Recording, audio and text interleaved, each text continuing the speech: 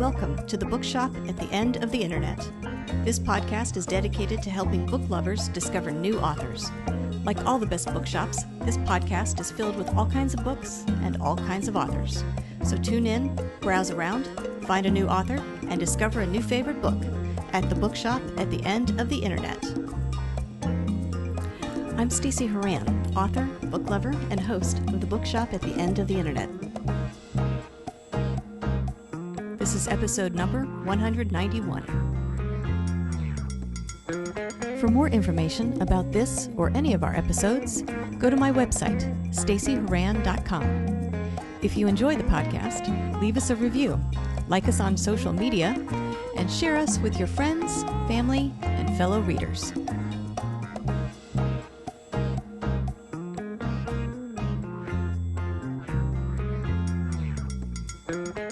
In today's episode of the Bookshop at the End of the Internet, I'm chatting with author Mark Angelo about his children's picture book, Can We Play Baseball, Mr. DeMille? It is a fun, uplifting story inspired by events in his own childhood. When Mark was a young boy, he and his brother shared a love of baseball. The Dodgers had just moved to Los Angeles, and baseball fever was sweeping the city. Mark and his brother were looking for a place to play with their friends. Open spaces were difficult to find in Los Angeles, but Mark and his friends found the perfect spot, a lovely patch of land, perfect for playing baseball. The only problem? It was owned by none other than Hollywood legend Cecil B. DeMille. Being the youngest of the group, Mark was nominated to go and speak with Mr. DeMille to ask permission to play on his property. Did the Hollywood legend say yes? You'll have to read the book to find out. In this episode, I'll chat with Mark about his writing journey, his love of all things baseball, and how, after years of writing for a university audience, his grandchildren inspired him to start writing children's picture books, as well as a few other things. Coming up.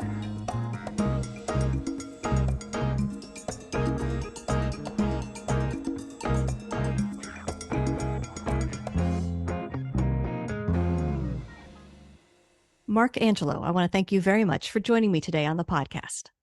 Oh, it's great to be with you, Stacey. I thought what we could do today is start by talking about your new book, Can We Play Baseball, Mr. DeMille? If you don't mind, tell us a little bit about this new children's picture book and what inspired you to write it. Well, thank you.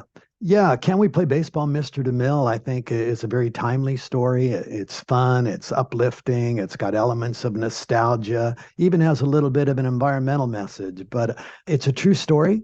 Goes back to my own childhood. It's a story that my brother and I often laughed about. And it tells of a young boy and his friends and their great love of a game, in this case, baseball. And the story centers on their very difficult search for a place to play ball, which in turn led to this incredible encounter with the Hollywood legend. I think it's the kind of story that many children can identify with. It does focus on a very shy but determined child, but also for parents. My hope is it'll get them thinking back to their own childhood and get them to smile in the process. In terms of what encouraged me to finally write it, it's a story that I've told for years. But a few years back, my brother was quite ill in Southern California, and I went down to see him. And like siblings often do, we told lots of stories going back to our youth when we were kids, and we laughed. And this one in particular, we both laughed about. And he suggested that I should finally write it, and that inspired me to do it. Let's talk about the story. First of all, can you introduce us to the characters? And in particular, I'm curious, how much does your main character resemble you? Well, in truth, the main character is me. When I was little, in our neighborhood, we had a big group of friends, but our ages ranged considerably. I was the youngest in the story. I'm 7, but the other kids we all hung out with went up to 11. My brother, too, was a year and a half older than I.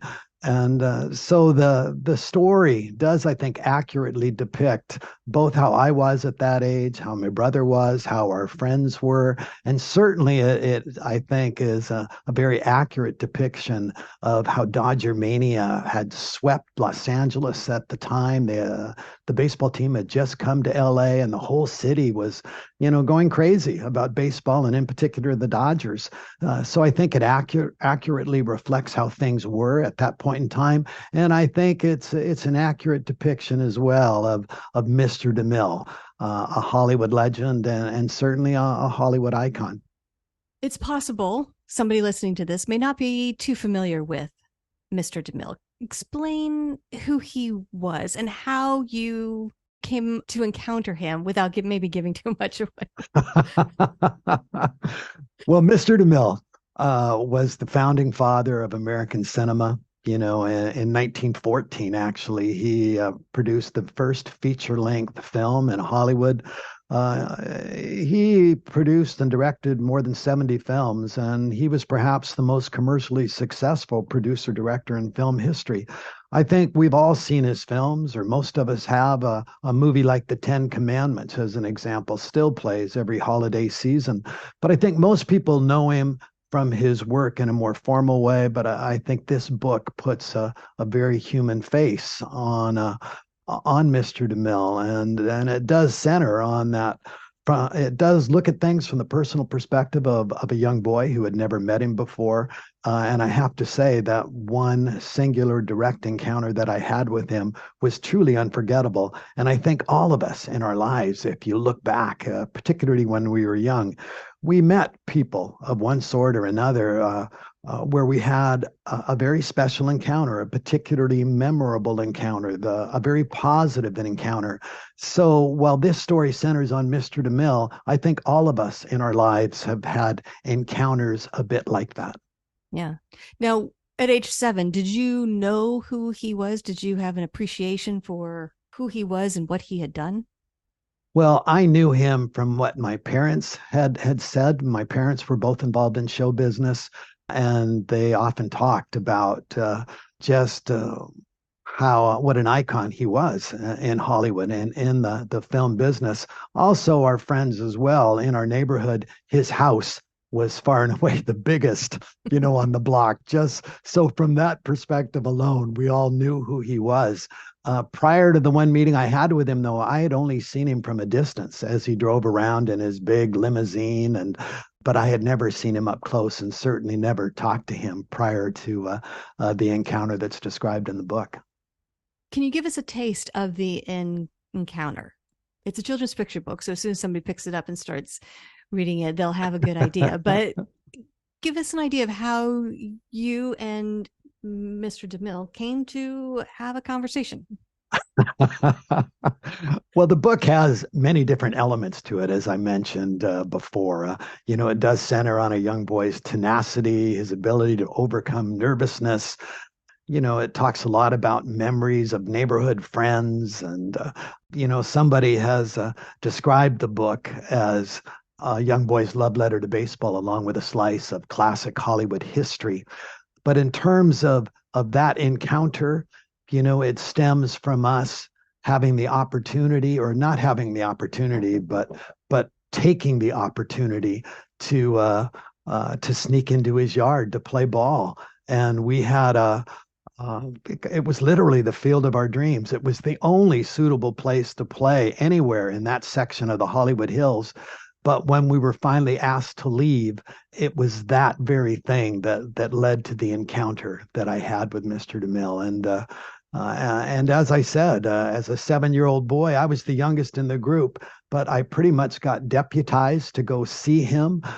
Initially, I thought we should go talk to the great Mr. DeMille, but we should do it as a group. But once we got to the front door, I was, in effect, deputized. Everybody else wanted to stay down by the street, hide amongst the cars, and they sent me up to go talk to him. So I put on my trusty Dodger cap and I walked up those long stairs and I rang the doorbell. And then the rest of that encounter is detailed in the book. But that's pretty much how it came to be. Well, and let's talk about the Los Angeles Dodgers and Dodger mania. Were you a fan of baseball before they arrived in LA, or was that something that set you off on being a baseball fan? I've always loved baseball. I still love baseball. There's just something about the sport. I remember going back to when I was young, the aesthetics of the game, the strategy of the game. There's so much strategy. And even as a little boy, I could appreciate that. I loved going to games, just the fun of being in a cheering crowd. I have to say, too, I always was struck by the sounds of the game. I love the sounds of the game, whether that be the sound of a hard ball hitting a wooden bat, or the smack of the ball when it hits your glove, or the sound of a runner sliding into home plate. All of those things I think are spectacular. It's a game with a great history, and even the ballparks. I used to go to when the Dodgers first came to LA. I used to go to the Coliseum, and it was this big bowl-like structure, aesthetically not the most beautiful stadium, but it was massive. But in 1962, Dodger Stadium opened up. And I remember when I went into that stadium, it was one of the most beautiful places I've ever seen.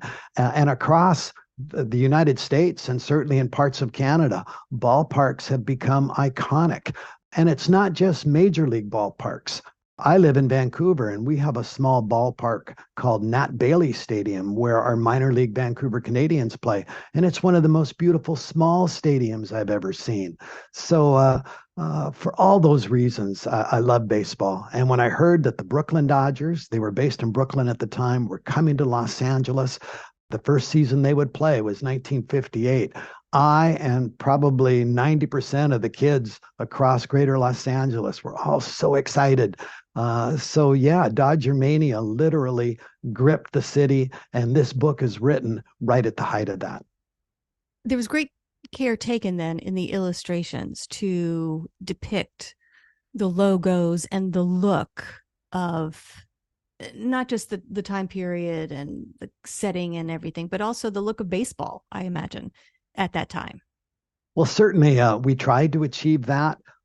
First of all, I might mention that the use of the logos in the book, I was quite excited when the book was licensed by Major League Baseball. That was important to me because I wanted the illustrations to show all of us kids wearing LA Dodger logos, and to be able to use those logos with the blessing of baseball, that was important to me. And anywhere you go, whether it be in Florida or to California, whatever, there's lots of kids, lots of people who wear Major League Baseball merchandise with the logo of their particular team. I also would love to make a point about the illustrations. The illustrations are by Patricia and Robin DeWitt. They're wonderful artists. I think their illustrations have a great feel to them. They have a really nostalgic look, which I think is very appropriate, given the story of the book. I love the choice of color. The color, once again, a little bit muted intentionally, but it has that kind of nostalgic feel. And their style, what appealed to me, and illustrations are such a big part of a children's book. They had the ability to be both comical and whimsical, but at the same time balance that with a sense of realism and accuracy. And I think that was a great compliment to the story. In terms of their earlier work, a couple of years ago, I happened to see a book they did entitled Brave with Beauty, a story of Afghanistan. And when I saw it, I thought, wow, those illustrations that kind of style would work wonderfully for what I had in mind for this book. So, yeah, I was thrilled to be able to work with them, and I'm just thrilled with the way the story, the look, the way the illustrations, the way all of it came together. How much input did you have into the illustrations?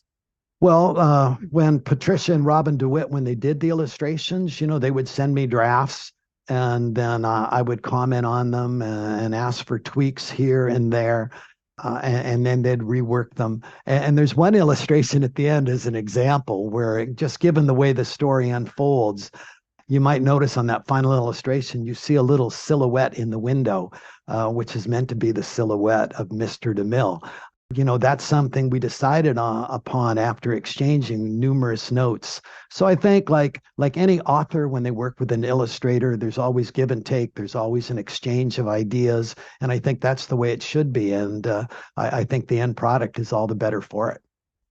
Mark, in writing Can We Play Baseball, Mr. DeMille, I'm curious what your objectives were, not just for young audiences, but for parents as well. Well, certainly, my objectives, starting with kids, I wanted to produce a story that I thought children would identify with. And this does center on a child's desire to play, his determination, but also his nervousness prior to that encounter with Mr. DeMille, the kind of nervousness that I think all children have felt at one point or another. And for parents, my hope is it'll cast them back to a simpler time, those special years in their youth when our summers centered around playing with friends. And I know when I think back to those years, it certainly makes me smile. The bottom line is my objective was to produce a book that would be a fun book for parents to read aloud with their kids. And afterwards, they could have a good conversation about it. And if that in fact unfolds, then the book will have met its objective. What has been your family's reaction? Family, friends, grandkids, like what has been their reaction to the book? Well, I think they've enjoyed it. Certainly my family, thinking back to the house we lived in back in the 50s and 60s, brought back lots of good memories. Certainly for our kids and our grandkids. I think it's been a fun book, a fun project. And as I say in the book, our grandkids are very much into sports. And our grandson in particular is very much into baseball. And when I go to see his baseball games, I must admit, it often casts me back to my youth and those days when we played in the DeMille backyard, which literally was our field of dreams. So the reaction has been positive all around, and that's been nice to see. And you had the chance to meet up with Mr. DeMille's granddaughter. Yes. She remembers the Yes. baseball the baseball games. Yes, I've had wonderful discussions and an exchange of notes and letters with Cecilia DeMille Presley. And she is Mr. DeMille's granddaughter. She's still alive. She lives in Southern California. And she remembers the field, the backyard, just as I described it. She remembers the cave-like opening in the hedge that you see on the cover of the book. And she talks about how she and her friends used to play, in that same yard and in that same field. And she talks about it was kind of a very gentle slope. And she talked about running down this gentle slope with her friends on imagined horses. And yes, she had incredible experiences of playing in the backyard, a little different from the baseball games we played, but it's just been so wonderful reconnecting with her. And the way Mr. DeMille is portrayed in the book, she, I think was quite pleased about that. And that's been kind of an unexpected benefit of the whole process of writing this story was establishing contact with her. And I'm going to be heading down to California in a couple of weeks. And my hope is that we'll actually get to connect while I'm down there. Oh, very nice. Well, I want to talk about something you just mentioned about her and her friends, you and your friends playing outdoors in that open space. I know one of the themes of your book, one of the messages you'd like to get across is the importance of outdoor spaces, parks, sports fields, etc., for children to play. Can you talk Yeah. about that a bit? I can, Stacy. Thank you for asking. Yeah, I think that's a really important element of the story. First of all, I'll say that, today it's a very different world than it was when I was little. And there's a great focus on personal screen time for many children. And I appreciate that. I have grandkids and I know how captivating that can be. But I think for anyone, especially children, you have to balance that with time spent outdoors. And playing outside does make us happier and healthier.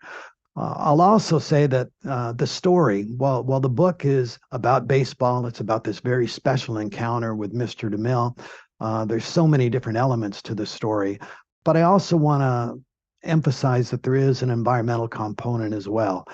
In that writing the book, it made me even more cognizant of how my own childhood search for a field to play ball, just how much that influenced my later work as an environmental advocate and a proponent for accessible outdoor spaces for all to enjoy. As a kid, I lived in the hills, the Hollywood Hills, and I loved it there. It's a beautiful place. But the reality was there were few places to play ball, and public parks were simply too far away for kids, that were 7 to 11 to just hop on their bikes and travel several miles. Our parents, understandably, were reluctant to let us take off and do that. So in the book, I tried to make the point that accessible outdoor spaces for everyone, young and old, that those are important. From parks to sports fields, I think facilities like that contribute greatly to our health, our well-being, and just as importantly, they make our communities better places to live. And along those lines, you mentioned river conservation as one of the things that you have done that grew from your experiences as a kid. This book, Can We Play Baseball, Mr. DeMille, is not your only children's picture book, as I understand it. You have No. another. Yes, I wrote a book a couple of years back called The Little Creek That Could, the story of a stream that came back to life. And it too is a true story. Once again, I think back to my youth, my love of the outdoors, my love of parks, but also my love of creeks and streams. And I grew up to become very much of an environmental advocate. I still am. That's been the focus of my work. But much of my work is also centered on river conservation. And this tells the story of a creek that I first saw over 50 years ago at my place of work. I just started as a teacher at the British Columbia Institute of Technology in their brand new fish and wildlife program. And we had this wonderful little creek in the back of campus, and I was quite excited about that. But when I first went back to see it, I must admit I was saddened by the fact that the creek was incredibly polluted. It had been stripped of streamside vegetation. In effect, it was a lifeless creek. And I thought, wow, how unfortunate is that? And it just so happens the next day I met an elderly gentleman who had lived in that community for 80 years. And he told me that when he was young, the creek was once a beautiful, vibrant stream full of fish. There were lots of animals there. And I thought, wow, wouldn't it be neat if we could find a way to bring that stream back to life? And back then, the idea of restoring a stream, that was a very new field back then. A lot of people weren't doing work along those lines. But I thought, gosh, if we could do it, that would be wonderful. And in effect, it would become a living lab for our staff and students. We could make it a wonderful place for students and community residents to escape to and enjoy nature.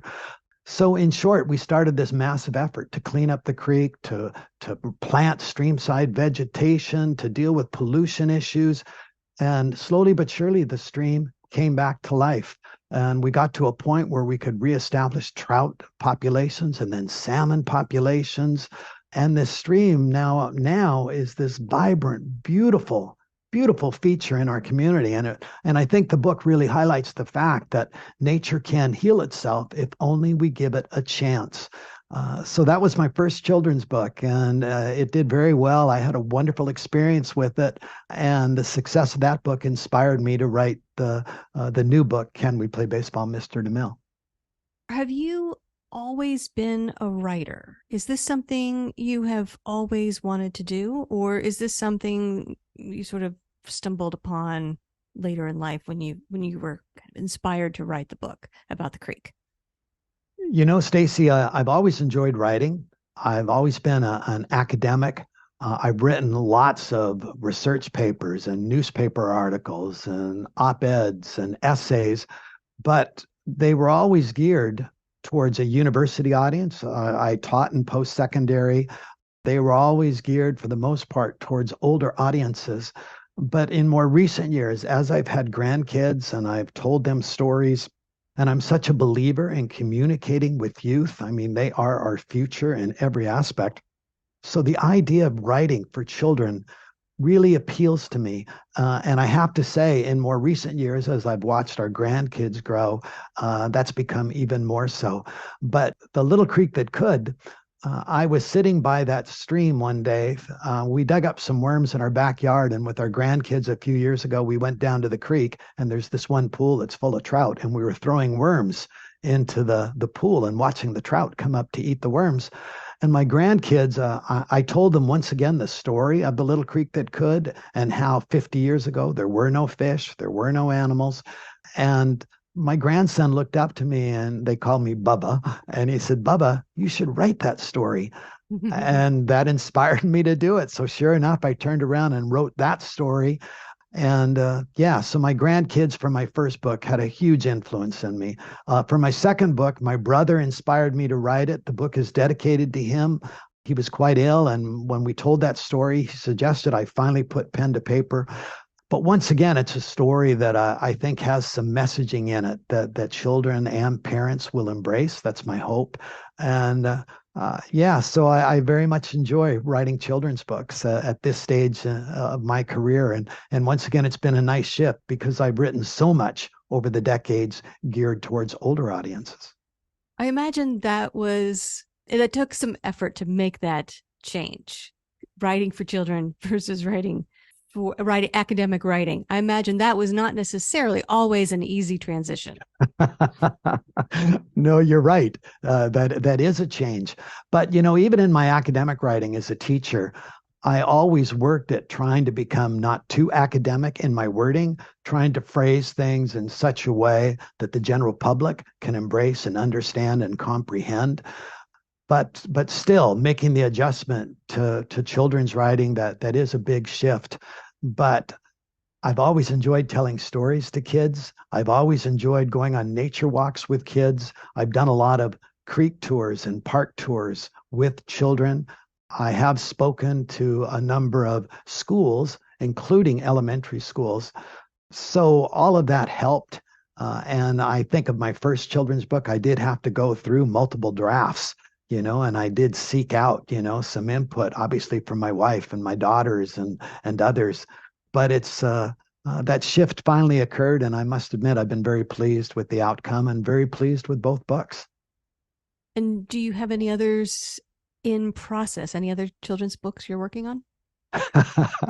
Well, I'm going to enjoy this for now. Mm-hmm. I'm still involved in film, and I've got a film in the works, now that I'm going to focus on. But I do have a vision for another children's book in the next year or two that I would like to do. Once again, a true story with some good messaging. And yeah, so I'm looking forward to that, but it's something I won't get a start on till probably the new year. Do you have other goals as a writer? Are there other types of books you want to tackle, or other areas, screenplays or poetry or anything like that's on the horizon or on your wish list? Well, I do love film. I'll continue to be involved with that. The idea of writing, I'll continue to write. I'm still an advocate, an environmental advocate, a river advocate. I'll still do things like magazine stories or newspaper opinion pieces or editorials, and I'll still do that kind of thing as long as possible. I am the chair and founder of World Rivers Day. That's an event that takes place the last Sunday of every September. This year, that's September 24th. But that's an event that people now celebrate around the world. It's an event that focuses on doing all we can to protect creeks and streams and rivers that remain in good shape while trying to restore those that have been damaged in past. Its main objective is to try to create a greater awareness as to the many values of our rivers and streams, along with the threats that confront them. And hopefully it'll engage people and encourage more people to get involved with local waterways. But I'll always be involved with things like that. And, there's a good chance my next book for children, once again, will focus, on rivers but from a very different perspective.